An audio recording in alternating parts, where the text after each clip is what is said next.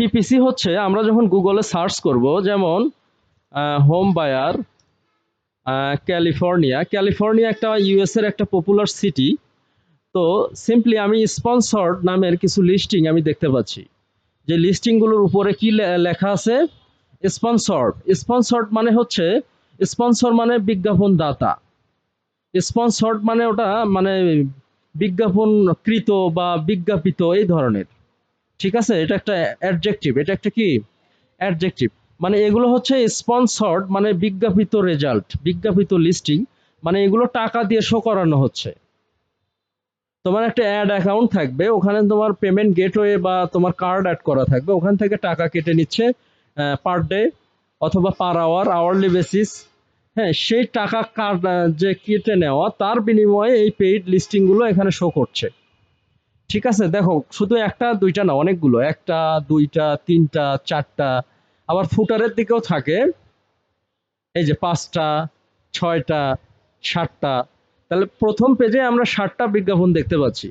যখন মানুষ মানে বাড়ি বিক্রি করবে, আমার বাড়ি ক্যালিফোর্নিয়ায়, ইউএস এর ক্যালিফোর্নিয়া, আমি যখন বাড়ি বিক্রি করব তখন কিন্তু আমি হোম বায়ার ক্যালিফোর্নিয়া দিয়ে গুগলে সার্চ করব।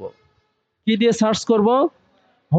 যখনই আমি হোম বায়ার ক্যালিফোর্নিয়া খুঁজবো, তখন কিন্তু এই প্রথম যে রেজাল্টটা সেটাতে আমি ক্লিক করার চেষ্টা করব, করে তাদের সঙ্গে একটা কনসালটেশন বা একটা কনভার্সন বা কনভারসেশন করে আমি কিন্তু বাড়িটা বিক্রি করার চেষ্টা করব। তাহলে প্রথম পেজে যদি আমি অ্যাডের মাধ্যমে আমার কোম্পানিটাকে নিয়ে আসতে পারি, অবশ্যই বিজনেস হবে। অবশ্যই কি হবে?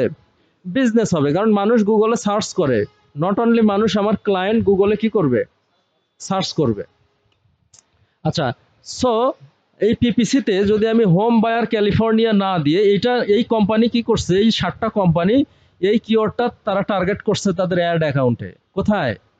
তাদের অ্যাড টার্গেট করার কারণে এই অ্যাডটা শো করছে, তাই না? তো সো আমি যদি ভুল কিওয়ার্ড টার্গেট করি, তাহলে কিন্তু রেজাল্টটা শো করবে না, তখন আমার টাকাটা পুরোটাই লস। অন্য কিওয়ার্ড দিয়ে মানুষ সার্চ করে, দেখা যাচ্ছে যে সার্চ করবে একটা, পাচ্ছে একটা ইররিলেভেন্ট রেজাল্ট। ভিজিটর ঠিকই ক্লিক করলো, কিন্তু আমার শুধু টাকাটা লস হলো, কিন্তু রেজাল্ট আসলো না। এই জন্য পিপিসিতে কিওয়ার্ড রিসার্চটা খুবই গুরুত্বপূর্ণ, এসইওর থেকেও। কি এসইও তো আসলে এক কিওয়ার্ড র্যাঙ্ক করতে গিয়ে আর একটা করলাম, ওখানে তো টাকা কেটে নেওয়ার কিছু নাই। কিন্তু এখানে পার ক্লিকে যখনই একটা ক্লায়েন্ট এখানে ক্লিক করে এই হোম বায়ারের কাছে যাবে বাড়ি বিক্রি করার জন্য, তখনই এই কোম্পানির কাছ থেকে একটা টাকা কেটে নেবে। কি কেটে নেবে? একটা টাকা কেটে নেবে। এই টাকা কেটে নেওয়ার প্রসেসটাকে বলা হচ্ছে পে পার ক্লিক, অর্থাৎ প্রত্যেক ক্লিকের বিনিময়ে পে করো, প্রত্যেক ক্লিকের বিনিময়ে পে করো। যখনই আবার নিচের এই লিস্টিংটাতে আমার কোনো ক্লায়েন্ট ক্লিক করবে, তখন এই কোম্পানির কাছ থেকে গুগল একটা টাকা কেটে নেবে। সেটা হতে পারে $2, হতে পারে $3, হতে পারে $4। ওই পে পার ক্লিক সিপিসি যে রেট, সেই রেট অনুযায়ী। সিপিসি হচ্ছে কস্ট পার ক্লিক। একটা কিওয়ার্ডের কি থাকে? কস্ট পার ক্লিক থাকে। সেই অনুযায়ী গুগল টাকাটা কেটে নেয়। আচ্ছা, যেহেতু গুগল পার ক্লিকে টাকা কেটে নিচ্ছে, হ্যাঁ, এই টাকা কেটে নেওয়ার যে প্রসেসটা, এটাকে বলা হচ্ছে পে পার ক্লিক। হ্যাঁ, সেহেতু আমার কিওয়ার্ডগুলো অবশ্যই রিলেভেন্ট হওয়া লাগবে, অবশ্যই এমন কিওয়ার্ড হওয়া লাগবে যে কিওয়ার্ডগুলো আমার কনভারসেশন নিয়ে আসবে। কি নিয়ে আসবে? কনভারসেশন নিয়ে। তাহলে পিপিসির সংজ্ঞা আমরা আগেই আলোচনা করতেছি, যাই হোক এটা বোনাস ক্লাস তোমাদের। পিপিসি হচ্ছে কি? পে পার ক্লিক, অর্থাৎ আমরা টাকা দিয়ে বিজ্ঞাপন দিব। কি দিব? টাকা দিয়ে আমাদের কোম্পানি বা লিস্টিং আমরা যখন গুগল হোক, ফেসবুক হোক, টুইটার হোক, আমরা টাকা দিয়ে যখন অ্যাডভার্টাইজমেন্ট করব, এই অ্যাডভার্টাইজমেন্ট করা প্লাস পার ক্লিকে যে টাকা কেটে নেওয়া, এটাকে বলা হচ্ছে পিপিসি। পিপিসির মানে পে, অর্থাৎ একটা করে ক্লিক দিবে ভিজিটর বা ক্লায়েন্ট, সঙ্গে সঙ্গে টাকা কেটে নেবে। সেটা ফেসবুকেও কেটে নেবে, গুগলও কেটে নেবে, ঠিক আছে, টুইটারও কেটে নেবে, এরকম। আবার শুধু যে ইমপ্রেশন, অর্থাৎ আমি দেখতেছি এই অ্যাডগুলো, আমি দেখতেছি, এই যে শুধু দেখা, এই দেখাকে কি বলা হচ্ছে? ইমপ্রেশন।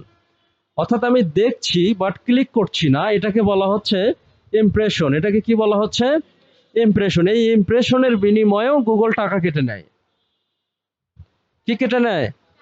টাকা কেটে নেয়, অর্থাৎ খুব অল্প একটা অ্যামাউন্ট কেটে নেয়। অর্থাৎ এই ইমপ্রেশনে আমার লাভ কি হচ্ছে? অর্থাৎ 1 লক্ষ লোক যদি আমার এই বিজ্ঞাপনটা দেখে, একজনও ক্লিক করলো না, কিন্তু না একদিন না একদিন সে কিন্তু ক্লিক করবে।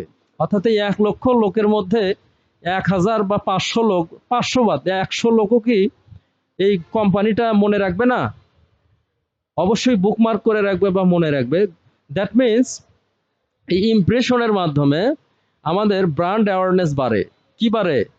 ওই যে 1 লক্ষ লোকের মধ্যে 100 জন তারা বুকমার্ক করে রাখলো অথবা তাদের মেমোরিতে সেভ করে রাখলো, তারা কিন্তু একদিন না একদিন আমার ওয়েবসাইটে ঢুকতে পারে, ঢুকে প্রোডাক্ট কিনতে পারে। আচ্ছা, এটাকে বলা হচ্ছে ব্র্যান্ড অ্যাওয়ারনেস। এটাকে কি বলা হচ্ছে? Brand awareness. আচ্ছা,